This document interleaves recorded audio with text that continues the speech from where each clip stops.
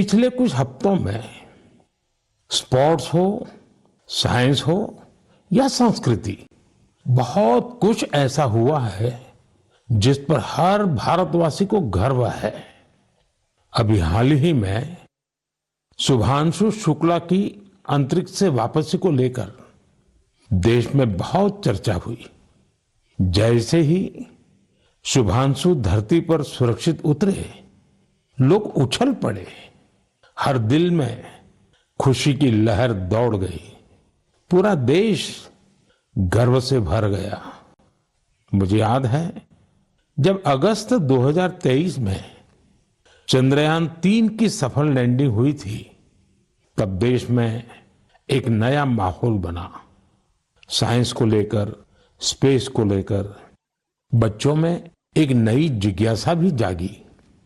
अब छोटे छोटे बच्चे कहते हैं, हम भी स्पेस में जाएंगे, हम भी चांद पर उतरेंगे, स्पेस साइंटिस्ट बनेंगे। साथियों, आपने इंस्पायर मानक अभियान का नाम सुना होगा। यह बच्चों के इनोवेशन को बढ़ावा देने का अभियान है। इसमें हर स्कूल से 5 बच्चे चुने जाते हैं। हर बच्चा एक नया आइडिया लेकर आता है। इससे अब तक लाखों बच्चे जुड़ चुके हैं और चंद्रयान-3 के बाद तो इनकी संख्या दोगुनी हो गई है। देश में स्पेस स्टार्टअप भी तेजी से बढ़ रहे हैं। 5 साल पहले 50 से भी कम स्टार्टअप थे, आज 200 से ज्यादा हो गए हैं सिर्फ स्पेस सेक्टर में। साथियों, अगले महीने 23 अगस्त को नेशनल स्पेस डे है। आप इसे कैसे मनाएंगे? कोई नया आइडिया है क्या? मुझे नमो ऐप पर जरूर मैसेज भेजिएगा। साथियों, 21वीं सदी के भारत में आज साइंस एक नई ऊर्जा के साथ आगे बढ़ रही है। कुछ दिन पहले हमारे छात्रों ने इंटरनेशनल केमिस्ट्री ओलंपियाड में मेडल जीते हैं। देवेश पंकज, संदीप कुची, देवव्रत प्रियदर्शी और उज्जवल केशरी, इन चारों ने भारत का नाम रोशन किया। मैथ्स की दुनिया में भी भारत ने अपनी पहचान को और मजबूत किया है। ऑस्ट्रेलिया में हुए इंटरनेशनल मैथमेटिकल ओलंपियाड में हमारे स्टूडेंट्स ने 3 गोल्ड, 2 सिल्वर और 1 ब्रॉन्ज मेडल हासिल किया है। साथियों, अगले महीने मुंबई में एस्ट्रोनॉमी और एस्ट्रोफिजिक्स ओलंपियाड होने जा रहा है। इसमें 60 से ज्यादा देशों के छात्र आएंगे, वैज्ञानिक भी आएंगे। यह अब तक का सबसे बड़ा ओलंपियाड होगा। एक तरह से देखें तो भारत अब ओलंपिक और ओलंपियाड दोनों के लिए आगे बढ़ रहा है। मेरे प्यारे देशवासियों, हम सभी को गर्व से भर देने वाली एक और खबर आई है यूनेस्को से। यूनेस्को ने 12 मराठा किलों को वर्ल्ड हेरिटेज साइट्स के रूप में मान्यता दी है। 11 किले महाराष्ट्र में, 1 किला तमिलनाडु में। हर किले से इतिहास का एक एक पन्ना जुड़ा है। हर पत्थर एक ऐतिहासिक घटना का गवाह है। सल्लेर का किला, जहां मुगलों की हार हुई, शिवनेरी, जहां छत्रपति शिवाजी महाराज का जन्म हुआ, किला ऐसा जिसे दुश्मन भेद न सके। खांदेरी का किला, समुद्र के बीच बना अद्भुत किला।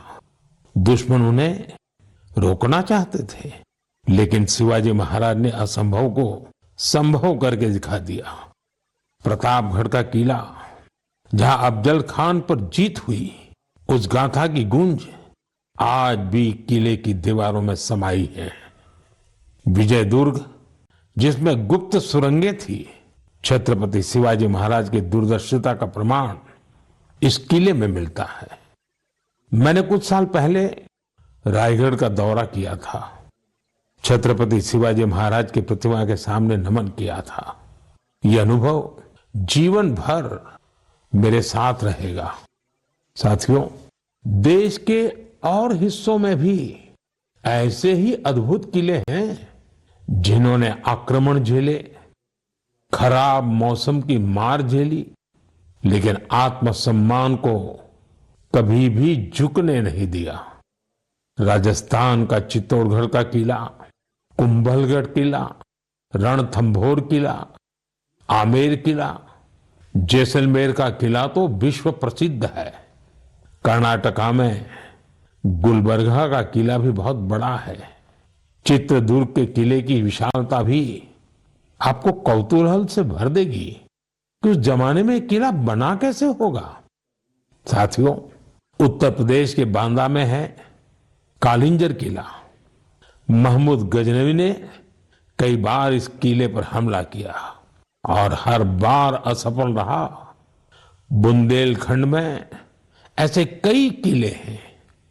ग्वालियर, झांसी, दतिया, अजयगढ़, गढ़कुंडार, चंदेरी, ये किले सिर्फ ईंट पत्थर नहीं है, ये हमारी संस्कृति के प्रतीक है। संस्कार और स्वाभिमान आज भी इन किलों की ऊंची ऊंची दीवारों से जागते हैं।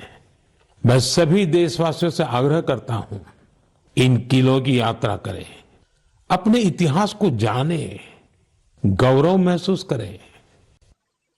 मेरे प्यारे देशवासियों, आप कल्पना कीजिए, बिल्कुल भोर का वक्त, बिहार का मुजफ्फरपुर शहर, तारीख है 11 अगस्त 1908।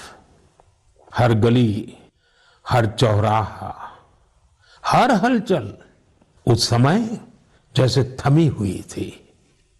लोगों की आंखों में आंसू थे, लेकिन दिलों में ज्वाला थी। लोगों ने जेल को घेर रखा था, जहां एक 18 साल का युवक अंग्रेजों के खिलाफ अपना देश प्रेम व्यक्त करने की कीमत चुका रहा था।